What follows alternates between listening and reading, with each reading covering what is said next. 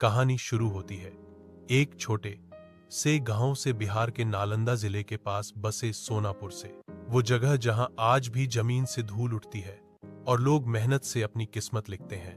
इसी गांव में जन्मा था अर्जुन, एक दुबला पतला 16 साल का लड़का जिसकी आंखों में गरीबी से बड़ी ख्वाहिशें थीं। अर्जुन का बचपन साधारण नहीं था। उसका पिता एक किसान था जो दूसरों के खेत जोता करता था और मां मिट्टी के बर्तन बनाकर किसी तरह घर चलाती थी। घर में सिर्फ एक पुराना रेडियो था जिससे शाम को आकाशवाणी की आवाज गूंजती थी। यह आकाशवाणी है, अब आप सुनेंगे समाचार। अर्जुन उसी रेडियो को अपने सपनों की खिड़की मानता था। जब वो देश के बड़े शहरों के नाम सुनता, दिल्ली, मुंबई, बेंगलोर, तो सोचता, क्या मैं भी कभी वहां जा पाऊंगा? हर सुबह सूरज निकलने से पहले अर्जुन उठ जाता। पहले भैंसों को चारा डालता, फिर मिट्टी से सने पैर लेकर स्कूल भागता। सरकारी स्कूल की दीवारें टूटी हुई थीं, लेकिन उसके सपने अब भी पूरे थे। कक्षा में जब मास्टर जी पूछते, बड़े होकर क्या बनोगे अर्जुन, तो वह मुस्कुराकर कहता, कुछ ऐसा बनूंगा जिससे मेरे जैसे बच्चों को उम्मीद मिले। सारी क्लास हौंस देती, लेकिन अर्जुन के दिल में वो बात पत्थर की लकीर बन जाती। घर लौटते वक्त रास्ते में एक पुराना बरगद का पेड़ था जिसके नीचे वो रोज बैठता।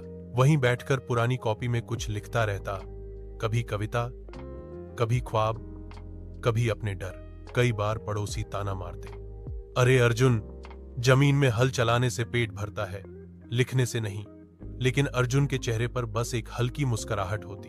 वो जानता था जो दुनिया को बदलते हैं उन्हें पहले मजाक ही समझा जाता है। एक दिन उसके पिता बीमार पड़ गए। घर की हालत पहले से भी खराब हो गई।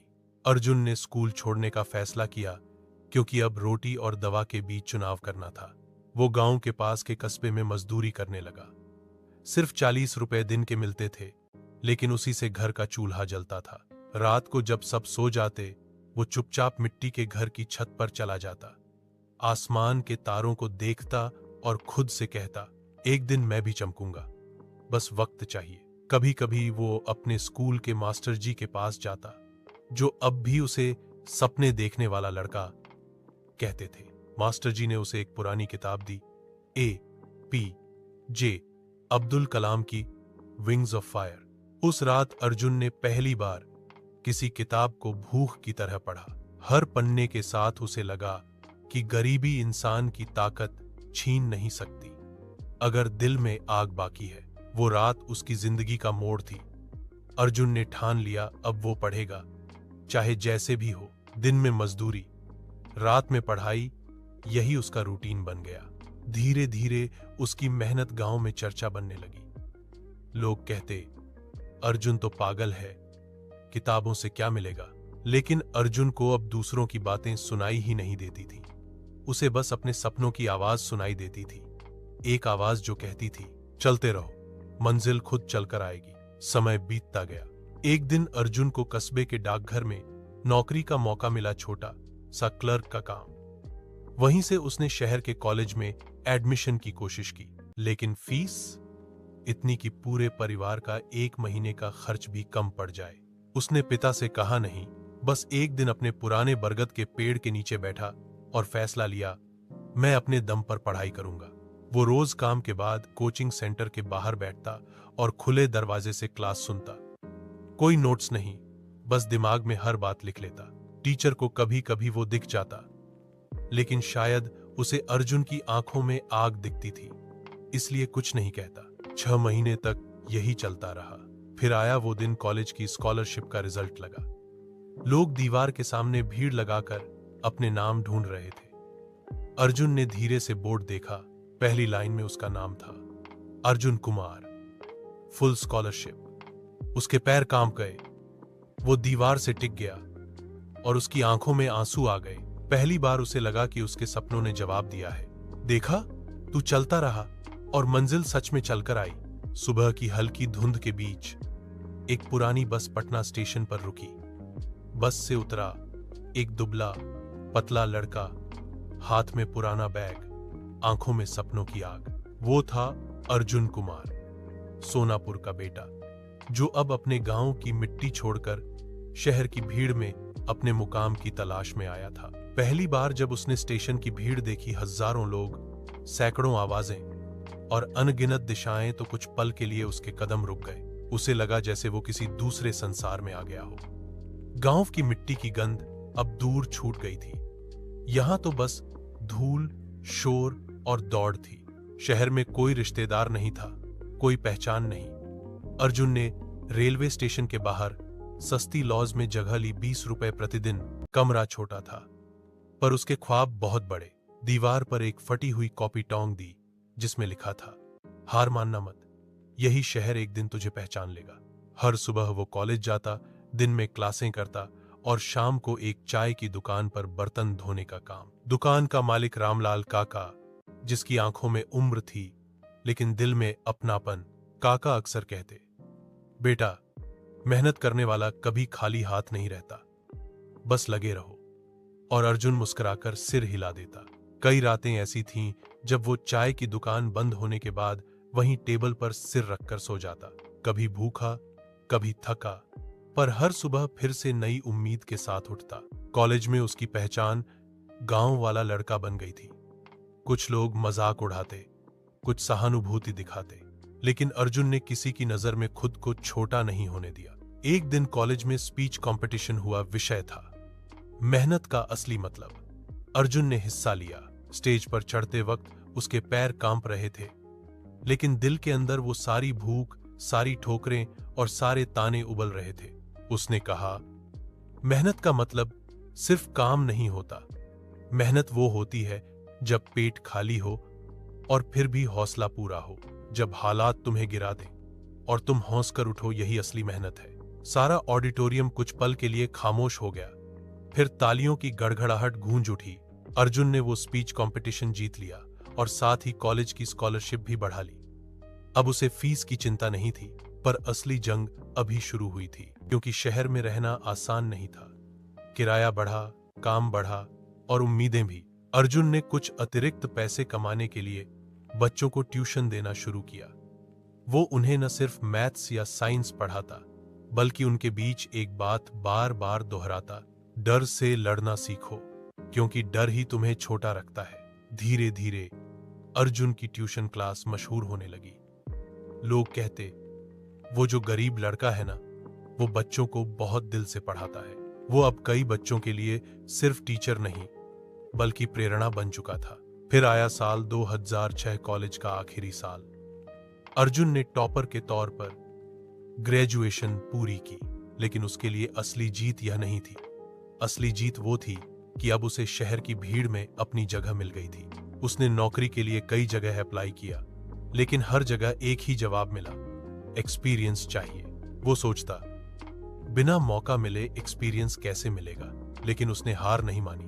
वो चाय की दुकान पर लौट आया और काका से बोला, काका, अगर मैं अपने जैसे बच्चों के लिए कुछ शुरू करूं तो? काका ने मुस्कुराकर कहा, क्यों नहीं बेटा, दुनिया को तेरे जैसे लोगों की जरूरत है। और वहीं से एक बीज बोया गया। एक छोटे से कमरे में 5 बच्चों के साथ आशा ट्यूशन क्लासेस नाम की शुरुआत हुई। शुरुआत में लोग हंसे, क्या ये गरीब लड़का अब स्कूल खोलेगा? लेकिन अर्जुन ने वही जवाब दिया जिसे दुनिया ने मजाक समझा, वही एक दिन मेरा नाम बनेगा। वो दिन रात पढ़ाता, बच्चों को प्रेरित करता और हर बच्चे से कहता, मैं चाहता हूं कि तुम मुझसे आगे जाओ। धीरे धीरे उसके क्लासेस की चर्चा आसपास के मोहल्लों में फैल गई। अब रोज दर्जनों बच्चे वहां आने लगे। एक साल बाद अर्जुन ने अपने नाम से पहला छोटा स्कूल खोला, सोनापुर एजुकेशन सेंटर। छोटा था, पर नींव मजबूत थी। उसने अपनी पुरानी कॉपी की पहली लाइन दीवार पर टांगी, हार मानना मत, यही शहर एक दिन तुझे पहचान लेगा। और सच में अब वही शहर उसे पहचानने लगा था। अखबारों में उसकी कहानी छपने लगी, लोग इंटरव्यू लेने आने लगे और गांवों के बच्चे उसका नाम गर्व से लेने लगे। उस रात अर्जुन छत पर खड़ा आसमान देख रहा था। हवा में वही गंध थी मिट्टी की, जो गांव से आई थी। उसने आंखें बंद की और कहा, मैं अभी मंजिल पर नहीं पहुंचा, लेकिन अब रास्ता मेरा है। उसके होंठों पर मुस्कुराहट थी, उसकी आंखों में वो तारे थे जो अब सिर्फ आसमान में नहीं, बल्कि उसके भीतर भी चमक रहे थे। साल 2010। शहर के बीच अब एक छोटा लेकिन चहल पहल वाला स्कूल खड़ा था, सोनापुर एजुकेशन सेंटर। दीवारें अब पक्की थीं, लेकिन उन पर अब भी वही पुरानी लिखावट थी, हार मानना मत। स्कूल के गेट पर दर्जनों बच्चे हंसते खेलते अंदर जा रहे थे, कुछ नंगे पैर, कुछ पुराने बैग लिए हुए, लेकिन हर चेहरे पर एक ही चमक थी, उम्मीद की। उस चमक के पीछे था एक इंसान, अर्जुन कुमार। वो अब सिर्फ एक टीचर नहीं था, वो एक प्रेरणा बन चुका था। अर्जुन अब गांव जाकर बच्चों को पढ़ाई के लिए प्रेरित करता था। वो कहता, गरीबी से लड़ाई किताबों से जीती जाती है, हथियारों से नहीं। उसके स्कूल में पढ़ने वाले बच्चे अब शहर के बड़े स्कूलों में एडमिशन लेने लगे। मीडिया ने उसकी कहानी दिखाई। एक मजदूर का बेटा अब सैकड़ों बच्चों का भविष्य गढ़ रहा है। कई और लोग उसके पास आए, कहने लगे, हम आपकी मदद करना चाहते हैं। लेकिन अर्जुन ने मुस्कुराकर कहा, मदद नहीं, साथ चाहिए, क्योंकि ये सफर अकेले का नहीं है। कुछ महीनों बाद अर्जुन अपने गांव सोनापुर लौटा। वही मिट्टी, वही पेड़, वही हवा, लेकिन इस बार लोग उसे अर्जुन बाबू कहकर बुला रहे थे। उसके पिता की आंखों में गर्व के आंसू थे।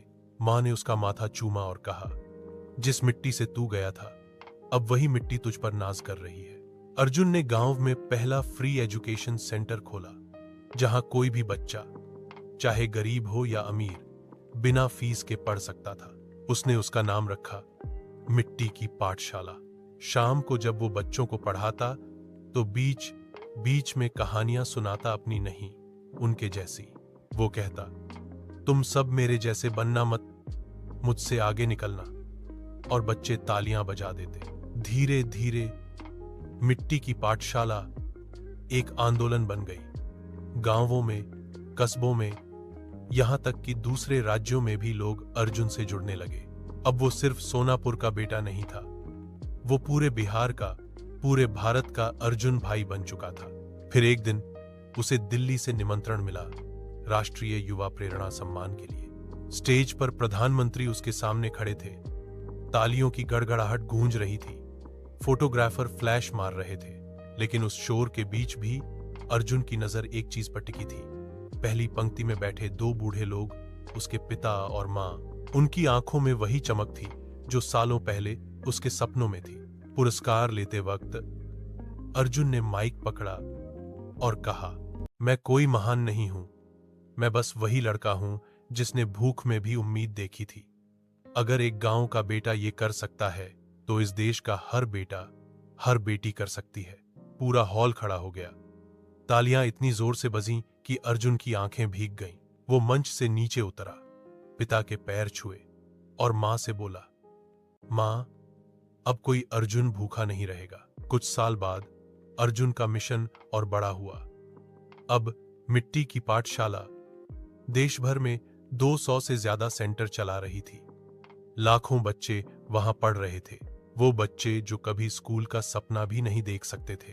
हर सेंटर की दीवार पर एक ही लाइन लिखी होती थी, हार मानना मत। वही लाइन जो बरगद के पेड़ के नीचे एक लड़के ने कभी खुद से कही थी। आज भी अगर कोई उस पुराने पेड़ के नीचे जाए तो मिट्टी की खुशबू के साथ एक हल्की हवा बहती है, वो जैसे फुसफुसाती है। अर्जुन यहां से गया था, पर उसकी कहानी अब हर मिट्टी में जिंदा है।